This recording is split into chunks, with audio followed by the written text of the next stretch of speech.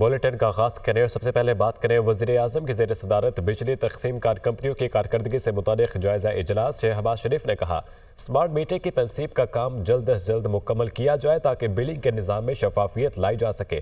Over billing قابل قبول نہیں، اوور بلنگ میں ملوث افسران کے خلاف سخت کارروائی ہوگی۔ بجلی چوری کی روک تھام کے لیے ٹھوس اقدامات کیے جائیں۔ وزیر اعظم کا بجلی تقسیم کار کمپنیوں کے چیف ایگزیکٹو افسران کے تعیناتی کے عمل میں سست روی پر تشویش کا اظہار۔ وزیر اعظم نے بجلی تقسیم کار کمپنیوں کے چیف ایگزیکٹو افسران کی تعیناتی کا عمل جلد مکمل کرنے کی ہدایات کرتے ہوئے کہا کہ بجلی تقسیم کار کمپنیوں میں افرادی قوت کی بھرتی میرٹ پر کی جائے۔ بھرتیوں کے عمل میں شفافیت پر کوئی کوتاہی برداشت نہیں کی جائے گی۔ وزیر اعظم شہباز شریف نے ہدایات دیتے ہوئے یہ بھی کہا کہ نیپرا کے دیے گئے ٹارگٹ کے حصول کے لیے تمام وسائل بروئے کار لائے جائیں۔ کراچی کے صارفین کے لیے بجلی سستی ہونے کا امکان۔ کے الیکٹرک صارفین کے لیے بجلی فی یونٹ 5 روپے سستی ہونے کا امکان ہے۔ کے الیکٹرک نے ماہانہ فیول کاسٹ ایڈجسٹمنٹ کے مد میں درخواست نیپرا میں دائر کی۔ تفصیلات جانیں گے ذیشان یوسفزئی سے۔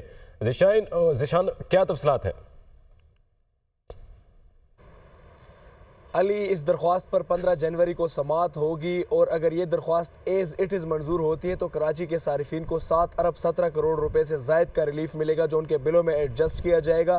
لیکن غالب امکان یہی ہے کہ نیپرا جب اس پہ سماعت کرے گی تو ہو سکتا ہے کہ بجلی کی قیمتوں میں جو ہے کمی مزید ہو جائے۔ اگر 5 روپے انہوں نے مانگے تو 5.5 بھی ہو سکتے ہیں یا 6 بھی ہو سکتے ہیں، لیکن یہ وہ سماعت کے دن ہی پتہ چلے گا کہ کتنے جو ہے یہ کمی ہوگی۔ یہ کمی جو مانگی گئی ہے ماہانہ فیول کاسٹ ایڈجسٹمنٹ کی مد میں مانگی گئی ہے اور نیپرا نے جو ہے اس پر سماعت کرے گا اور ڈیٹا کی مزید جانچ پڑتال کے بعد جو یہ اپنا فیصلہ ہے وہ جاری رکھے گا۔ تاہم دیکھنا اب یہ ہے کہ کتنی ایک کمی ہوتی ہے، کیونکہ ہم ٹریک ریکارڈ دیکھیں اسی سال کا تو جو کے الیکٹرک ہے ان کی فیول کاسٹ ایڈجسٹمنٹ میں زیادہ طور پر جو ہے وہ اضافہ ہی آیا ہے اور کافی باری اضافہ آیا ہے۔ تو اس دفعہ یہ ایک انپریسیڈنٹڈ سا ہے کہ یک دم سے جو ہے ان کی جو قیمتیں ہیں اس میں کمی آ رہی ہے۔ تو دیکھنا یہ ہوگا کہ کون سے پلانٹس ہیں جو پورے سال میں چلائے گئے اور اب نہیں چلائے گئے، یا میرٹ آرڈر کو بھی دیکھنا ہوگا۔ تو نیپرا یہ تمام تر چیزیں دیکھے گا اور ڈیٹا کی جانچ پڑتال کے بعد اپنا فیصلہ جاری کرے گا اور پھر آنے والے بلوں میں اس کو ایڈجسٹ کیا جائے گا۔ بہت شکریہ ذیشان یوسفزئی۔ کراچی کی مختلف شاہراہوں پر مذہبی جماعت کی جانب سے احتجاجی دھرنا جاری ہے، جس کی وجہ سے ٹریفک کی روانی شدید متاثر ہو رہی ہے۔ مزید بات کرتے ہیں شاہراہ پاکستان پر موجود نمائندے اظہر زیدی سے۔ اظہر، بتائیں کیا صورتحال ہے؟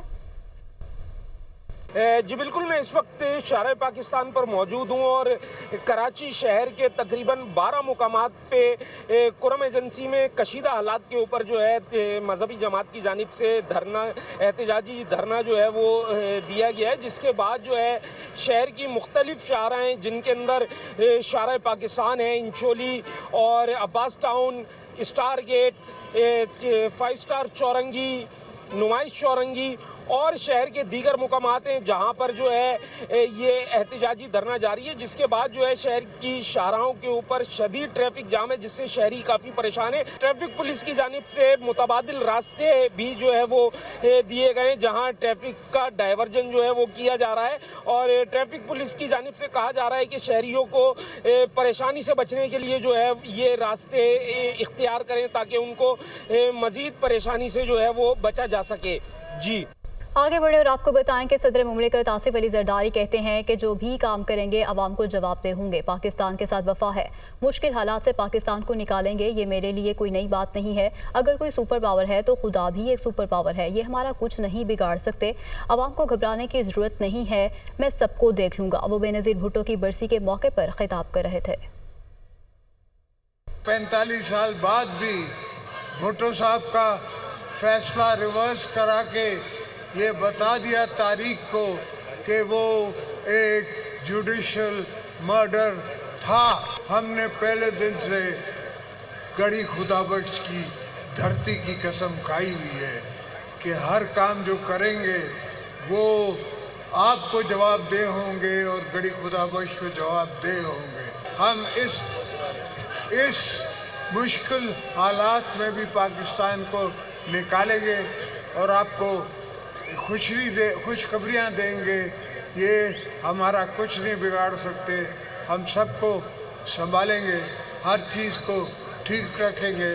ہاں مشکلیں ہیں، تکلیفات ہیں، مگر یہ تو میرے لیے کوئی نئی بات ہی نہیں ہے۔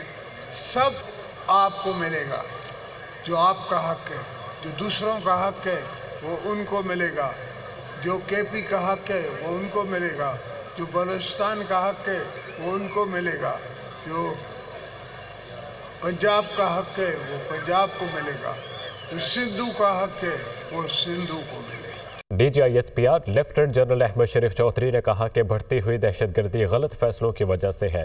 ان فیصلوں کی لکھائی ہمارے جوان اپنے خون سے روزانہ صاف کر رہے ہیں۔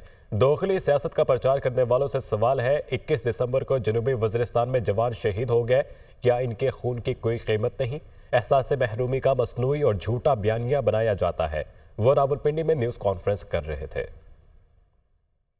اور یہ جو فیصلے جن کا ہم سب اس سے خمیازہ بھگت رہے ہیں، آپ سب کو معلوم ہونا چاہیے کہ آپ کے قانون نافذ کرنے والے رکھوالے اور آپ کے جوان روزانہ ان فیصلوں کی لکھائی اپنے خون سے دھو رہے ہیں۔ یہ جو دوغلی سیاست کا یہ جو پرچار کرتے ہیں، میں ان سے ایک سادہ سوال کرتا ہوں کہ آج سے ٹھیک 6 دن پہلے 21 دسمبر 2024 کو جنوبی وزیرستان میں 16 ایف سی کے جوان فتنہ الخوارج سے جمع مردی سے لڑتے ہوئے شہید ہوئے۔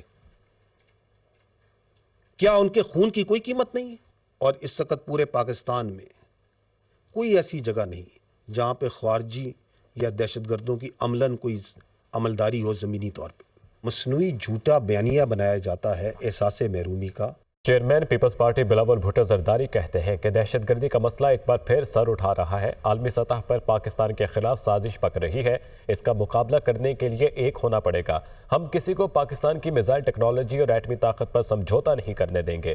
اس وقت امریکہ سے بیانات آ رہے ہیں، بانی پی ٹی آئی بہانہ ہے اور ایٹمی طاقت نشانہ ہے۔